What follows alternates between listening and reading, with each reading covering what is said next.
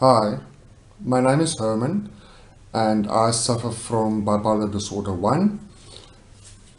I sometimes film myself going through certain states of mental illness or bipolar disorder in order to show people what it's like to experience those states, and also to show people with bipolar disorder that they are not alone when they go through that.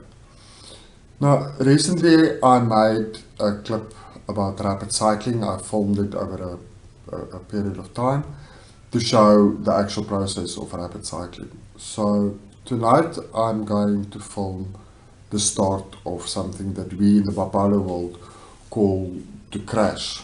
Now, to crash is not a medical term. You're not going to find it in textbooks, you're not going to find it in the DSM-5.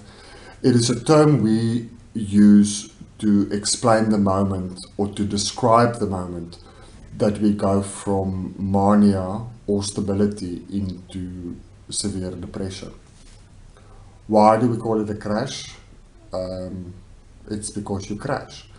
You go from being okay the one moment to not being okay the next moment. It can happen over a period of time, it can take hours, days, it can take a few minutes. I've even had a few experiences where I crashed within a few seconds. Now, this afternoon I was fine. I was completely fine. I had a friend visit and she brought the kids for a swim, and it was lovely. And then slowly but surely I started to go down. So I'm busy crashing. And it is accelerating now. I can feel that within the next half an hour I will be in a deep depression.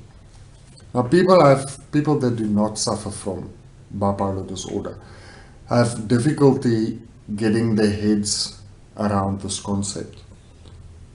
If you're normal, and I don't like using the term normal, but if you're normal in a medical sense, you're going to feel a certain way, and because of influences, maybe you had a fight with your wife or your partner, or maybe you had a bad day at work, it's going to influence your mood.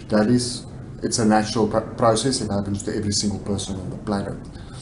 But when it comes to bipolar disorder, there's no reason for it other than a medical reason.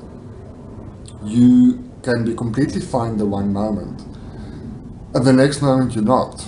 And there's no real reason for it apart from the processes in our brain that it's very complex.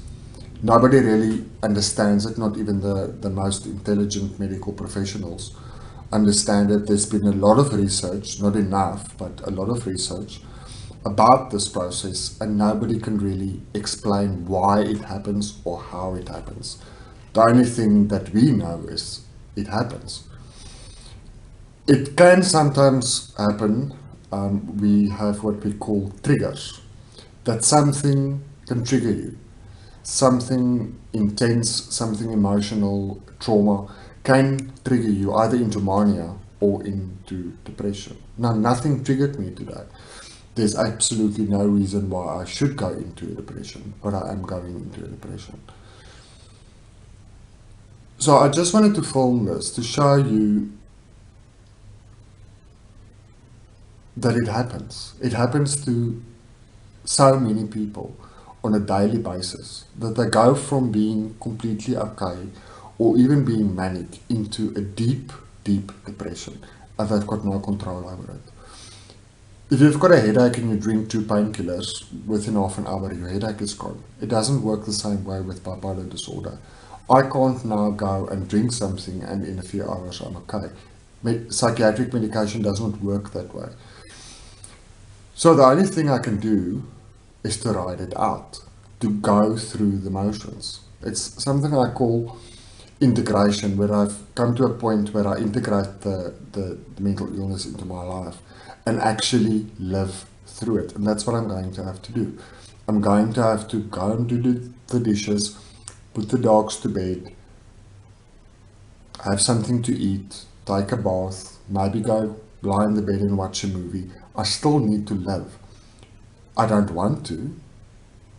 And it makes me sad to say that I don't want to live because I do. I love life. I love life a lot. I've got a lot of passion in me, and but to feel that you don't want to live when you do actually want to live is something I can't. Sorry, it's something I can't explain to you. I can't. It's you lose all passion in life, and you've got no control over it, and the people around you wonder what's going on, and they're concerned, and you can't explain it to them. They think it's about them, they did something wrong, and they don't. They don't. It's not your fault. It's not your fault. It's not our fault. It's a medical illness. So that's just a quick glimpse on what happens. And this is what happens. I'm going to be depressed, severely depressed, very soon. And I need to live through it. And I do. I do live through it. I do. And I'm very proud of myself for doing that, because 27 years ago I almost died because I tried to kill myself. But I've learned over the years that it's just an illness. I am going to get through this again, and I will. And I'll smile again. I'll smile again. But this is just to show you that it happens, and it happens to a lot of us. So the next time somebody with mental illness goes into a state, remember there's a reason for it. It's not something they've got control over. And it's really not a very pleasant thing. So I hope this showed you a little bit more about what we go through. And I'm okay. I'm okay. There are many, many people out there that can't cope with this. They can't. They end their lives. They end their lives. And I feel so sorry for them, because I know that you can get through it. You can. You can. You must just hold on to hope. Never give up hope. Ever, ever, ever, ever give up hope. Never, never, never, never. Take care of yourself. Bye-bye.